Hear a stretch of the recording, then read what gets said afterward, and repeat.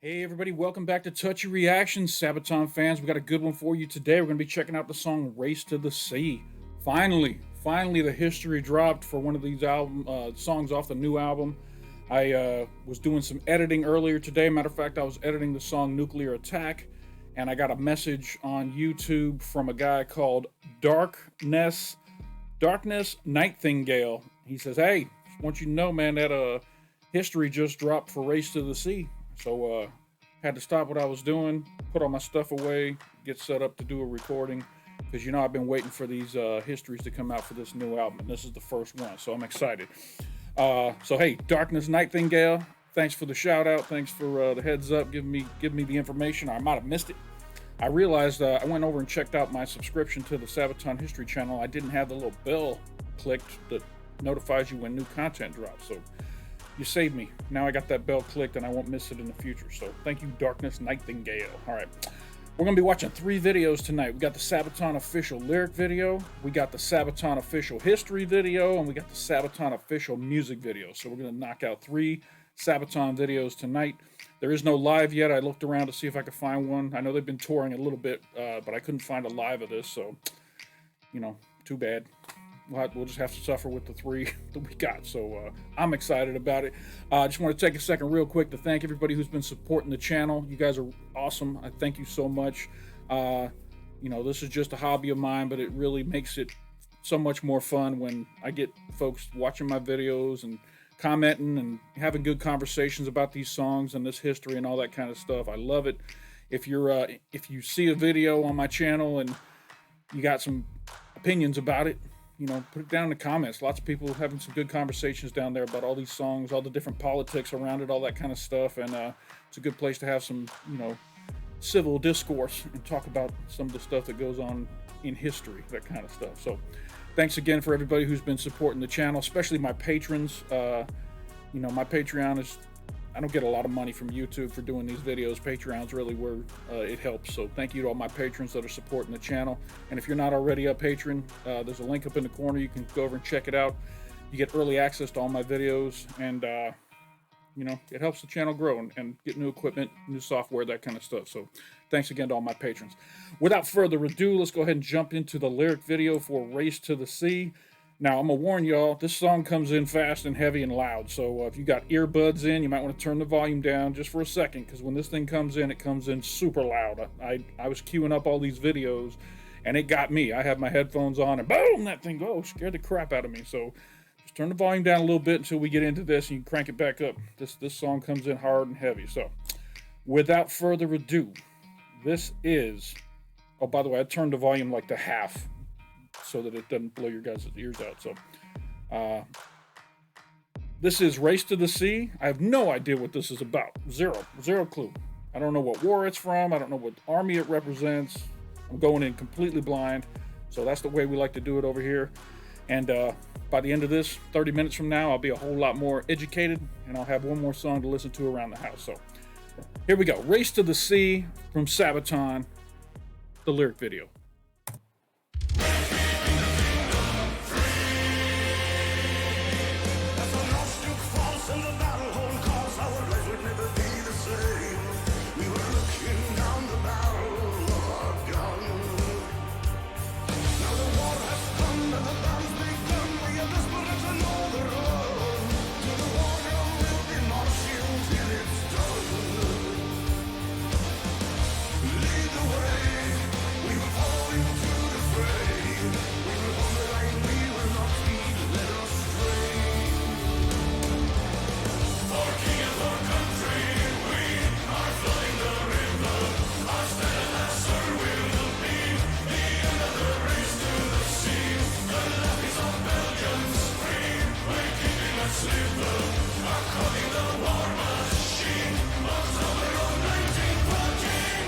All right, first verse sounds good. Everything, I like the new sound of Sabaton. I enjoyed a lot. So I'm gonna decipher what I've heard so far. Takes place in 1914, meaning it's the end of World War One. In my opinion, I think that's right. 1914 should be World War One. Belgium, takes place in Belgium. I saw something about flooding the river, so I'm guessing if humans are causing a river to flood, it's likely going to be because of a dam or something like that getting destroyed. So that's my guess on that, and that's all I got so far from the first verse. I'm happy so far. Sounds good. It's got a good chorus to it. It sounds like a Sabaton song. Here we go. As the foe draws forth, we are moving on north. We will never let them have it all. There's a place for freedom played by vengeance sons. They may take our towns, they may conquer our grounds, win the foundation and the crown. We'll uphold our independence with our guns. All the way, on to triumph on the judgment day. We will follow and we will not be led astray.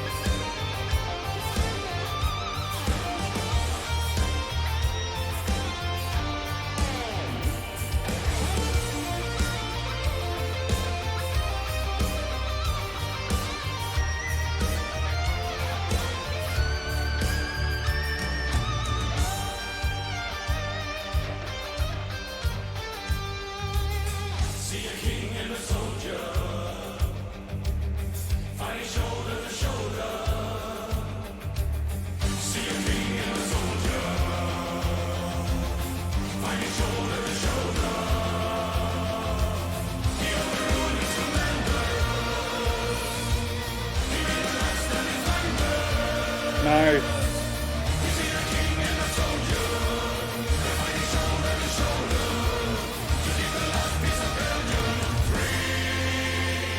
All right. So any of you who've watched my Carolus Rex, reaction, I love a leader who ain't afraid to get down on the battlefield and fight with his men side by side, not standing on a hillside 2 miles away trying to direct traffic. Someone who's down there risking their own life along with the lives of his men. That is the best type of leader you can think of. He's not any better than his men. He lets his generals do the commands of war, and he gets down and shows his men that they're just as important as he is, and he's willing to risk his life as well as them risking their lives. So cool, very cool.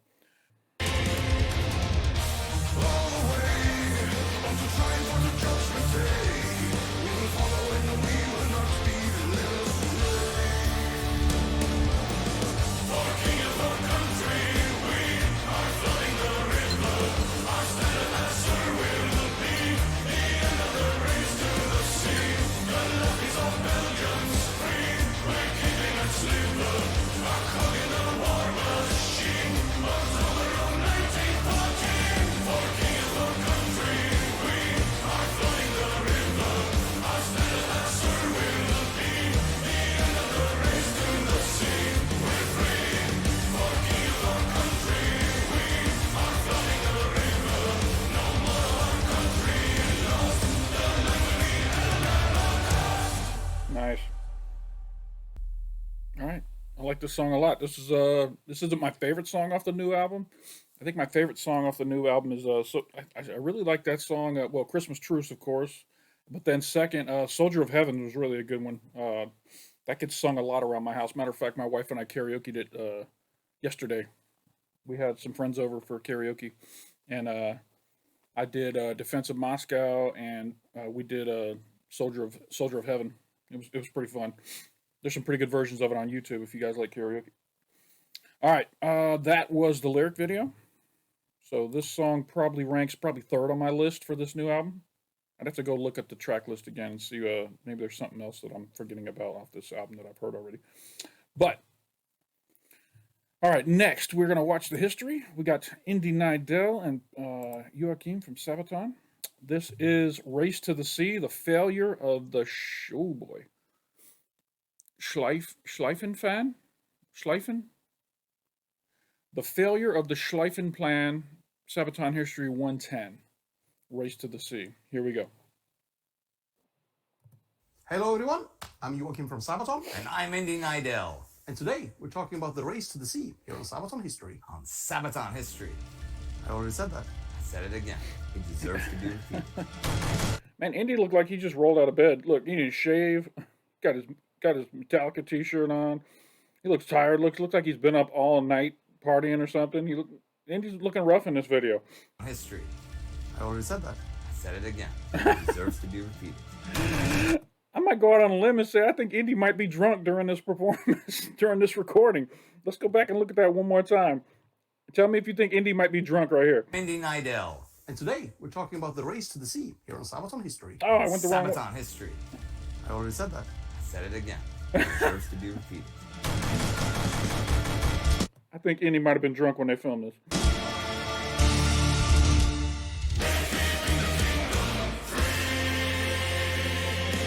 As the Nostrook falls and the battle horn calls, our lives would never be the same. We were looking down the barrel of our gun. September 1914, the Western Front. The giant armies of the Entente and the German Reich are locked in a desperate struggle of survival, only 6 weeks after the Great War began. People don't realize how deadly the opening battles of the war, when it was a war of movement, actually were. On August 22nd, for example, the French had 27,000 men killed. Not total casualties, killed. For the entire rest of the war, that would remain the highest single-day death toll any nation took of the whole war. But the initial plans of both sides soon failed, and the beginning of a deadly stalemate set in, and both sides looked north, trying to find the last open gaps in the line. Whoever got there first, whoever put enough weight behind their punches to outflank the other side, might still gain quick victory. This was the race to the sea. We are about to engage in a battle on which the fate of our country depends, and it is important to remind all ranks that the moment has passed for looking to the rear. All our efforts must be directed to attacking and driving back the enemy. Troops that can advance no further must, at any price, hold on to the ground they have conquered and die on the spot rather than give way. Under the circumstances which face us, no act of weakness can be tolerated. On September 4th, 1914, the German advance into France changed its axis. The First Army under Alexander von Kluck began wheeling around in a wide swing southwest as part of the Germans' Schlieffen Plan. Sensing an opportunity, the French Sixth Army made a move towards von Kluck's now exposed flank. The First Army turned to face the French advance, but in doing so, they created a gap of 50 kilometers between them and the German Second Army on their left. The French Fifth Army and the British Expeditionary Force threw themselves in for a counterattack into this gap. What followed was one of the most decisive engagements of the Great War, perhaps the decisive one. German high command had to either continue the advance and risk being outflanked and enveloped, or stop and withdraw in the hopes of straightening the line. They chose the latter. On the 9th, for fear of losing the war to the Allied counterattack, they ordered the northern wing to halt and fall back. The Battle of the Marne, as it would be remembered, was a major strategic triumph that had prevented the Germans from driving to Paris. The German First and Second Armies were forced back behind the River Aisne and dug in on the heights of Chemin-des-Dames. In hot pursuit, the French Sixth and Fifth Armies hoped to capitalize on their victory, but the troops were exhausted and ammunition was low. And when they arrived at the Battle of the Aisne, they were facing a line of German trenches on the heights with artillery support. No chance to break through. On September 14th, the Allied armies as well dug in. Why dig in? Well, machine guns and modern artillery had changed the face of war. You simply could not survive being exposed. And a man in a hole in the ground, well, you can't shoot him, and you can only bomb him with direct hits. For all the horrors of trench warfare, it was still way less deadly than mobile warfare and way harder to overcome. Anyhow, Paris did not fall as envisioned, but the German attacks had succeeded enough that the German army now stood deep inside French and Belgian territory. Looking at the map, a static line of defenses emerged on the Western Front, from the forts of Verdun all the way to the south down to the Swiss border. But in the north, between the Channel ports and the River Aisne, there was still room to maneuver. If the Germans were fast enough and strong enough, they might still be able to turn the French flank. If not, they at least might still capture the important ports of Dunkirk, Zeebrugge, and Calais, and the vital railway between Hazebrouck and Roulers. The French, of course, realized what was about to happen, and they had not only saved themselves at the Marne, there was now a chance for them to turn the tables. If the French army concentrated enough force to the north, the whole German offensive might collapse like a house of cards. What then began was the race to the sea. Now, the name Race to the Sea is one of the most misleading that I know of in military history. No one was really interested in reaching the North Sea. In fact, both sides needed to execute a swing well before that. Consequently, the commanders pressed all available reserves into the move northwards. The German 4th and 6th armies were pointed northwards to advance without regard for casualties, and the French organized Army Group North of the 2nd and 10th armies with the mantra, attack, attack, attack. Time was of the essence. On September 17th, German 6th Army began moving north, yet as they tried to circle around to the west, the French were already there to meet them. Intercepted radio traffic had alarmed French high command, who were committing 3 corps to match the German advance. What followed was the indecisive Battle of Fleury on September 20th, ending in the Germans creating the Saint-Michel salient. It was the first of a series of bloody engagements as the armies shuffled northwards. It really resembled a boxing match, right? With each side throwing wide hooks, hoping to exhaust their opponent with the next swing. Troops pushed forwards as fast as they could. Eventually, they clashed with the forward forces of their enemy, and a series of encounter battles were fought on the move. Then both sides dug in, holding out until reinforcements arrived, and then the whole cycle would repeat itself once more, to the north, ever to the north.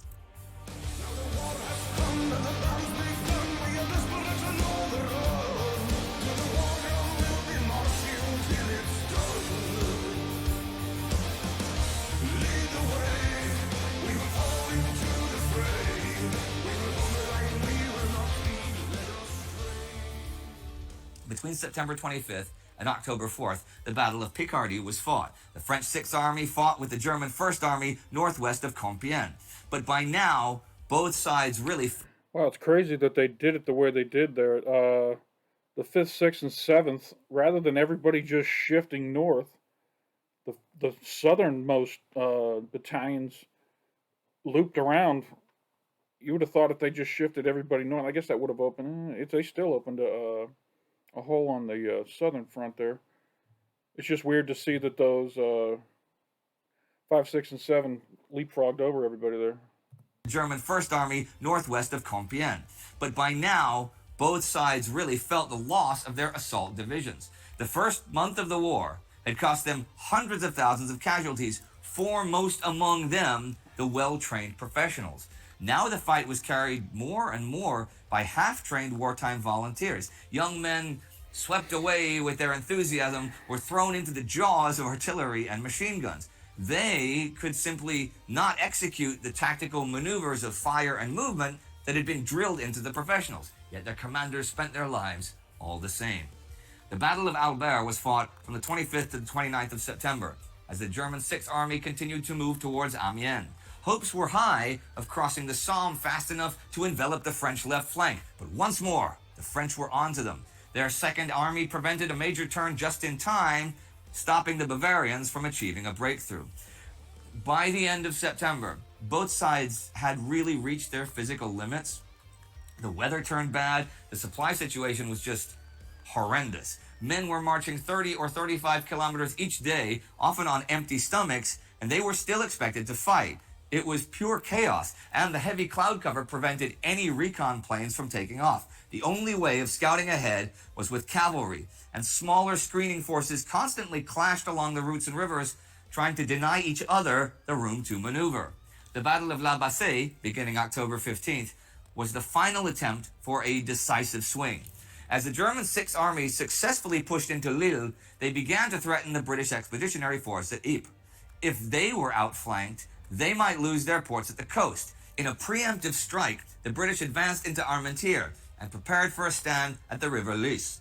Fighting fiercely in heavy fog, the British were able to defend the crossings and approaches from being exploited by German cavalry. The timely arrival of the Indian Corps helped them to hold out until the Germans exhausted themselves. They might have fielded the largest army in their history so far, yet they could not funnel in troops forever. By November, they had conceded.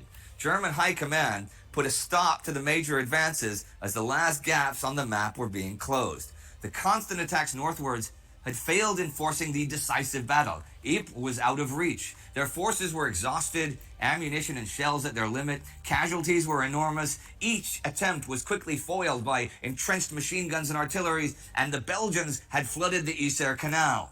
The Germans had lost the race to the sea.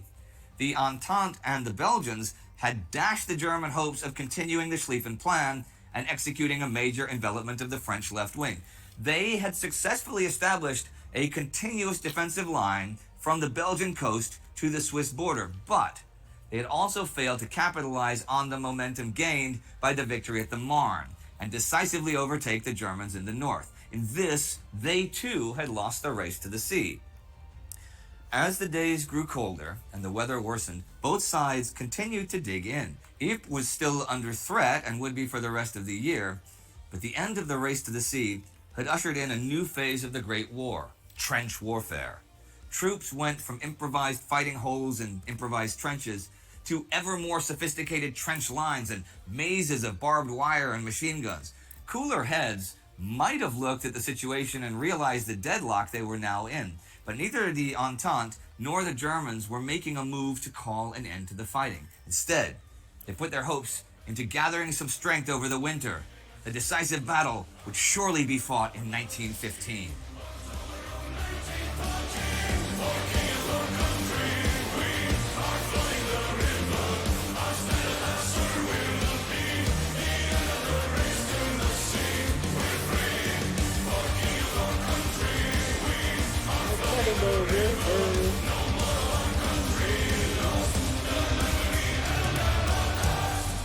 So, before we get started, Yeah? nice shirt, man. You like Melodica? This is not a Metallica shirt. I don't know if any of you guys know this. This is a Melodica shirt. Do you know, I didn't. It's not like that Metallica, the merch guy, is dyslexic or dyslexic and made a Melodica shirt. No. Me and my fiancée, Emily, we were watching 2.5 Men, you know, with Charlie Sheen and stuff. And in season 1, there's an episode when Berta, the housekeeper, her daughter, who lived like a trailer park girl, she comes in one of the episodes and she's wearing a baseball rock concert shirt that says Melodica on it. And Emily looks at me and she goes, "You have to be able to get those online." So we went online and you can. We ordered 2 matching Melodica shirts. She's got one too. It's a shame that she's not here right now. Otherwise she could come on and wear her matching Melodica shirt. So, I don't know. It's pretty cool, right? They got the logo right, didn't they? So, Yeah, I didn't notice. I'm guilty. I don't remember where they ordered it from, but I'm sure you could Google it. Wait, is there? I've seen that episode, but I didn't notice. What would you didn't notice that? No. You thought it was a Metallica shirt. I've seen all of the 2.5 Men. Yeah. But what would a Sabaton shirt like this say? Oh, that's a good one. Sabaton. I've seen the It'd have one to have the S, where they added the extra B, so it becomes Sabaton. Okay. Sabaton, I've seen. Sabaton. That's not as funny as Melodica. No. But it's something. I mean, it'd have to. Okay, in the comments, let us know how we could Melodica-ize Sabaton's products, and then we can make a lot of money. Do you see where I'm going with this, right? We should actually find out which one is the best and make a T-shirt, one for each member of the band, for you and the person who comes up with it. That's a great idea. Yeah, you get a special merch. Yeah. What a great idea. Okay, let us know in the comments. And now, back to the race to the sea. Yes. Okay. Which, as I mentioned briefly in the episode, is actually an incredible misnomer, because the last thing anybody wanted to do was reach the sea. Let's finish the other guy off before we reach the sea. It should be the race to finish the other guy off before we reach the sea. Oh no, we've reached the sea. Shit, is this the sea? Maybe it should be called the Shit, is this the sea episode. Okay, change this episode to Shit, are we at the sea already? Damn. Damn. 4 years of trench warfare. Now, whose idea was this song?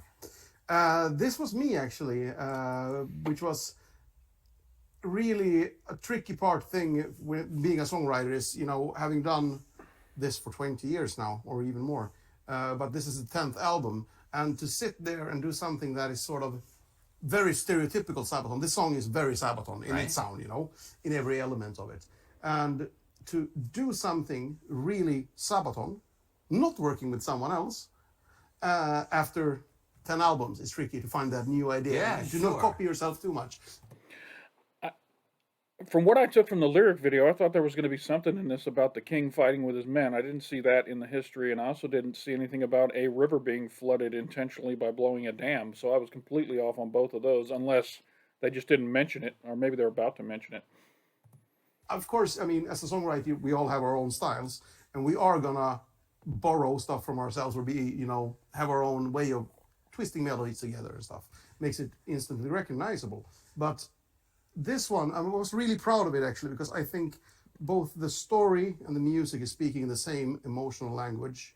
And I mean, to be honest, what I found most inspiring about it is King Albert, the story around him and his family, And to be able, I might have copied myself or borrowed a few things, but it feels like something new. And I'm so fucking happy I could still write a song that still sounds like Sabaton, that isn't only a carbon copy of something, you've done before. Okay, when we're recording this in February.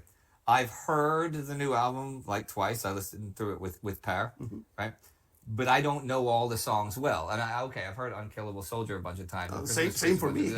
But so I can't actually venture opinions on the construction of the song. But from The Great War, for example, you guys did a good job of having still Sabaton, but something new. Like when we were talking about the Red Baron, you were talking, the drum beat on the Red Baron and stuff. Oh, yeah, the shuffle. Yeah, the shuffle on that, and that was cool. And I'm like, see, that's something different. And my favorite Sabaton song right now, since the live show at Novi Sad last year, it's probably going to change the next time I see you live, because it changes every time I see you live, was Attack of the Dead Men. And that's something that's that.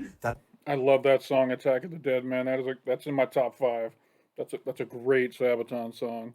I also like Red Baron. It's in my top 10 probably. Fly as you're flying higher up in the sky, flying so fast and flying so high.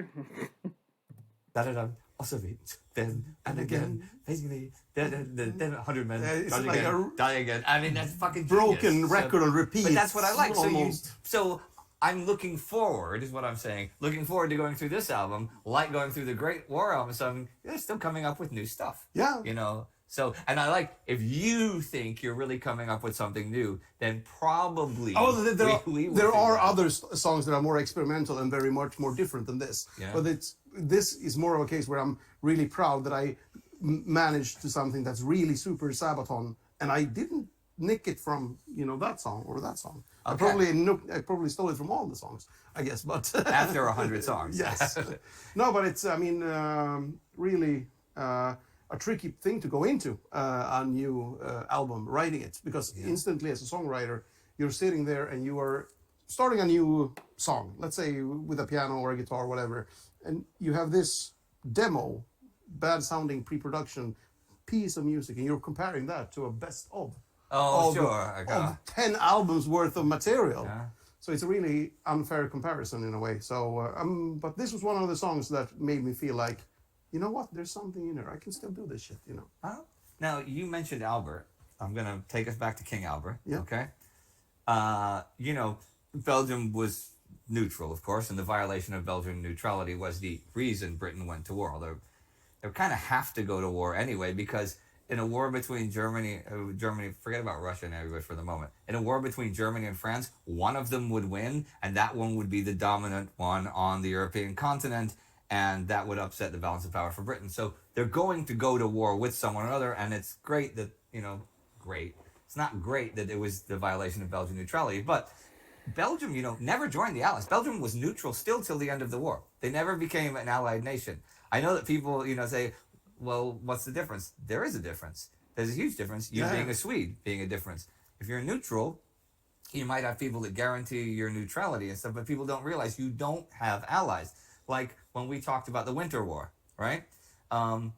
Swedes, in a huge majority, wanted to join the Finns fighting the Soviet Union in the Winter War. But Sweden did not do that. Nope. Because if Sweden officially sent any soldiers, officially, there were plenty of volunteers that went to them. If Sweden officially sent any soldiers to fight, then Sweden would be at war with the Soviet Union, and Sweden does not have any allies. And what do you think that would mean? So people don't quite realize that. France and Britain and stuff, they were under no guarantee to back Sweden if Sweden had declared war. No. So I know people, but I mean, I'm just people don't quite understand the perils of neutrality. It has its good sides and its bad sides. It's not just, oh, we're not interested. I mean, in a sense, geography plays a whole lot into it as well. Sure. I mean, Belgium being in a place where they happen to be on the way to the destination. Yeah. Yeah, a lot of times people think that when they talk about countries being neutral during the war, they think that that means they didn't fight during the war. They think that, oh, there was the Axis, there was the Allies, and then there were other countries who just said, we want nothing to do with it, we're going to be neutral. It doesn't necessarily mean they didn't have an army that was fighting on fronts, like he just said here. The Belgians, the Swedes, they're still going to have armies that are going to defend their lands, that kind of stuff, but without having allies on either side, it doesn't necessarily mean you're not taking casualties and performing military activities just because you're neutral. That's something that's misunderstood by a lot of people. But they're on the way to the destination, so we're going to send 3.5 million soldiers in there on the way. You don't mind if we use the roads? You do? Okay, screw you. Fine, we're going to use that. But having said that, even as late as October 1918, the Kaiser and Hindenburg and Ludendorff were saying that any peace must allow for the continued German occupation of Belgium. That Belgium would not sign. This is a month before the actual armistice. I had no idea. A month before the armistice, when it was pretty obvious that the Ottomans were out, Bulgaria was out. There's only Austria and Germany, last man standing for the Central Powers. They're saying no. We'll consider an armistice, but we have to keep Belgium, which would keep the entire Channel coast pretty much on the other side. And the French, I'm sure, would be like, we don't really care that much. The British were like, no,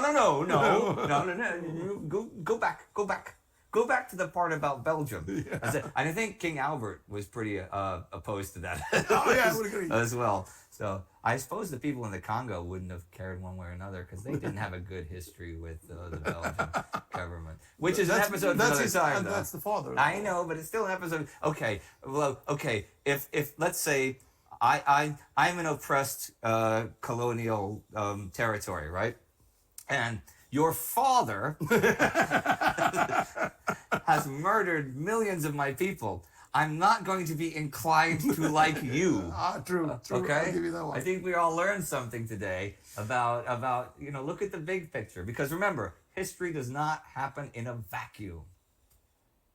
It's deep, man. I know. I've said it on the World War II channel, Time Goes channel too, because whenever people write FDR, he knew about World War II. He knew about World War II. Okay, everybody knew about World War II, but he knew about the Japanese plans. I'm like,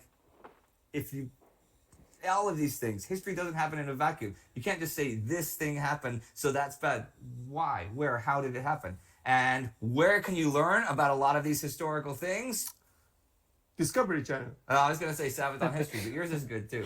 Okay, well, that's it for... Yeah, Discovery Channel used to be a good place to learn about that kind of stuff. Also the History Channel, but now they're just full of a bunch of bullshit. I don't know how Discovery and History just got taken over by reality TV and a bunch of looking for Bigfoot and aliens bullshit, but it's a damn tragedy. So stick with Sabaton History. That's where the real story is. For us today from the Discovery Channel. Yay! Insert Discovery Channel logo here, discreetly. Yeah, the old logo when they were actually showing relevant material. Yeah, good stuff. Yeah, Joachim knows what I'm talking about. Not the new one. We're going to hell. Getting sued, going to hell. Cool. All right, Okay, ladies. should we get started about the History Channel? Yep, I guess they covered it for me.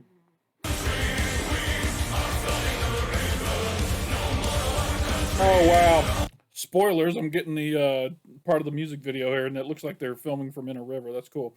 So it looked like Joachim was getting ready to tell us all about how the king was involved in fighting with the men, but the conversation just kind of went elsewhere.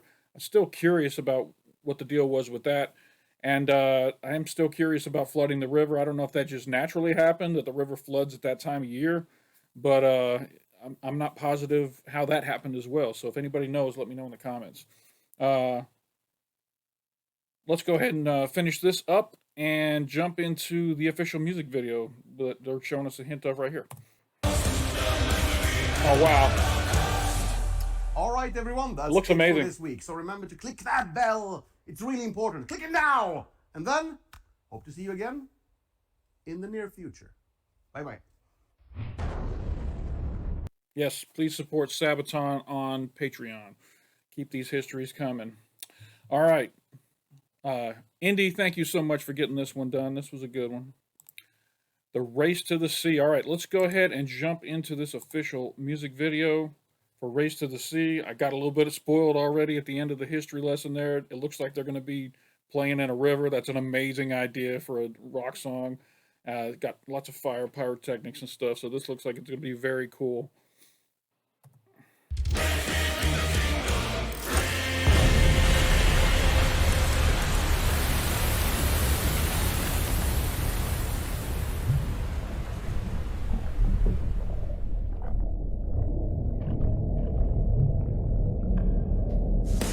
As the Noshtuk falls and the battle horn calls, our lives would never be the same. All right, I'm going to turn the volume back up for this. I want to hear this loud in my ears. We were looking down the barrel of our gun. Now the war has come and the battle's begun. We are desperate to know the road. To the warrior we'll be marching till it's done. Cindy, come here real quick. I want you to see how they shot this video. You might be on camera, but just look out from off the. Come over here. Stop right here. All right, you ready? Yeah. Check this out.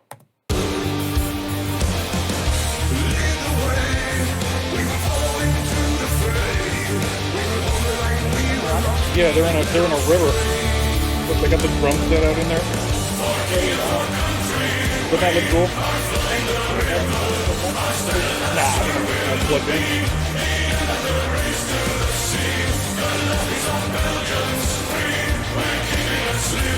Looks great. Good rock video. What? Yeah, yeah. As the foe draws forth, we are moving on north. We will never let them have it all. There's a place for That's my wife, Cindy. She's off screen. She's going to be joining me for the Sabaton concert in October, and this is definitely going to probably be one of the songs on the set list. Race to the Sea. I'm so excited to go. Yeah. All right, I'm going to back this up because I kind of interrupted the video here. All right. Love you. All right. Here we go. Race to the Sea, picking back up at the beginning. It looks great. This is a great, whoever produced this video, good job. Great cinematography. I love that it's in a river. Noshtuk falls and the battle horn calls. Our lives would never be the same. We were looking down the barrel of our gun. Now the war has come and the battle's begun. We are desperate to know the road. To the warrior we'll be marching till it's done. Lead the way. We will follow into the fray. We will hold the line. We will not be led astray. For king of our country, we are flooding the river. Our standard answer will be the end of the race to the sea. The lobbies of Belgians free. We're keeping a sleeper. Are calling the war machine. Man, check out Pear.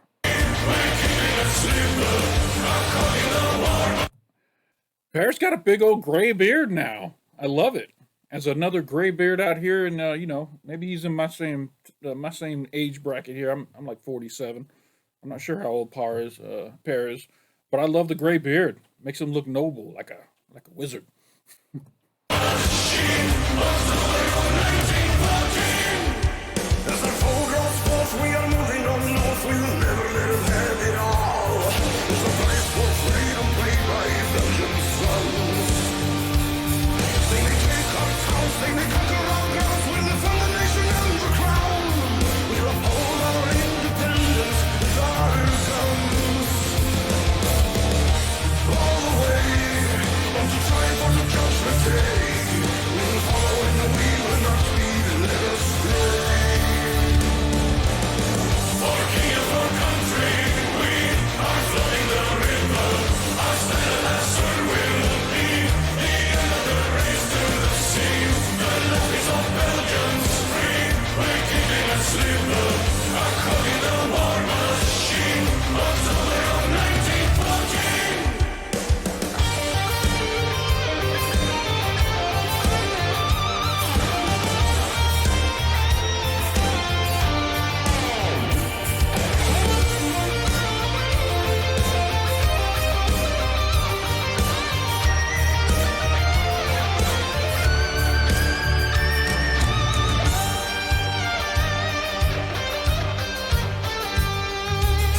See a king and a soldier fighting shoulder to shoulder. See a king and a soldier fighting shoulder to shoulder. The other will surrender. Even less than defenders. We see a king and a soldier fighting shoulder to shoulder.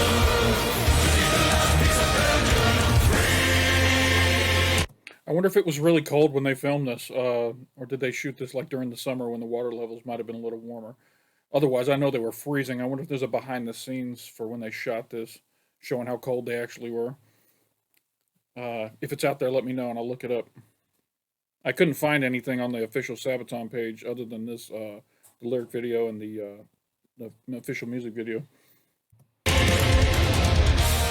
the way unto triumph on the judgment day. We will follow and we will not be led. Yeah, this is definitely, I think, my third favorite song off the new album, behind Christmas Truce and Soldier of Heaven. This is a very good song.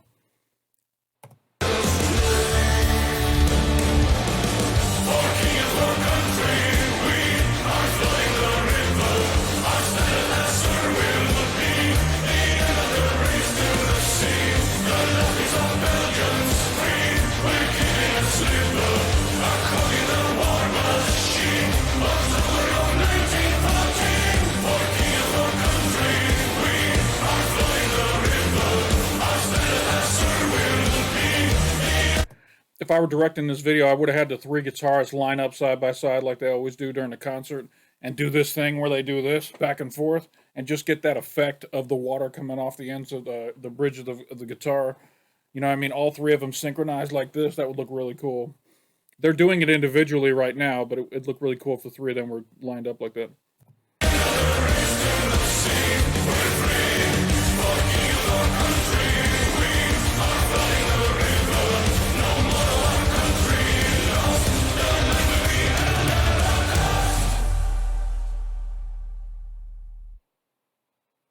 All right. Well, that was Race to the Sea. We did the lyric video, we did the history, and we've now done the official music video. I like the song a lot. I say it's gonna probably be in my top 20 maybe. I've done like 60 Sabaton songs, so top 20 is not an insult. There's just a lot of good songs in that top 10. This is not gonna push anybody out of the top 10, but it's definitely, like I say, third best song I've heard off the new album. And I'm glad we're finally getting some of these histories. Thank you, Indy, again for getting those turned out. And thanks to the guy once again who said, "Hey, heads up, this new history's out." Let's give him a shout out one more time. That is Mr. Darkness Nightingale. All right. So if you enjoyed this reaction, hit that like button down below. It doesn't hurt you at all, and it helps the channel out quite a bit. Gets this stuff rotated and spit out to more and more people to watch YouTube. Helps spread Sabaton's music around the world. If you're not already a subscriber to the channel, hit that big red button down below. It'll turn gray, let you know you're a subscriber now. And if you hit that bell right next to it, it'll let you know anytime I drop some new content. It'll give you a little notification. If you're not already a member of the Patreon, there's a link up in the corner that says become a patron. Come on, click on that. Come on over to the Patreon. For just $1 a month, you get early access to everything I put out. As soon as I record stuff and get it edited, it immediately goes up on Patreon. I'm releasing this video the next Saturday from now, but it's going to be up on Patreon for 5 or 6 days before it actually hits YouTube. This is a special occasion. Most of the time, it's like 3 or 4 weeks ahead of schedule. You'll get it over on Patreon. So I'm excited about it. I'm glad we're finally getting some of these new histories. And I'm having a fun ride here. I'm hoping to get through this whole new album before we go to the concert in October. So got an important question to ask all of you. So I'm going to see Sabaton. A lot of people have left already. For those of you who are stayed around, I need your advice. So I'm going to see Sabaton. And you all know I got lots of hats I like to wear. What am I wearing? Sabaton right now? Yeah, I've got a Sabaton hat on right now. I've got an 82nd Airborne hat. I've got a Sabaton hat, and I got a Touchy Reactions hat for my channel. And I'm not sure which one I should wear to the concert. Should I wear my Sabaton hat because I'm going to see Sabaton? Should I wear my Touchy Reactions hat because I'm representing my channel as a reactor at the concert? Or should I wear my 82nd Airborne hat because we're in Tennessee? They might do 82nd all the way. And if I have my 82nd hat on, that'll be cool for that too. So let me know in the comments which hat you think I should wear when I go to the concert. I'm definitely going to be vlogging the whole thing, making lots of videos. So let me know in the comments, and whichever vote gets the most votes, that'll be the hat that I take with me. Something tells me it's not going to be the Touchy Reactions hat. So, all right. That's all I got for this reaction, everybody. Appreciate you stopping by, and don't forget to come on back.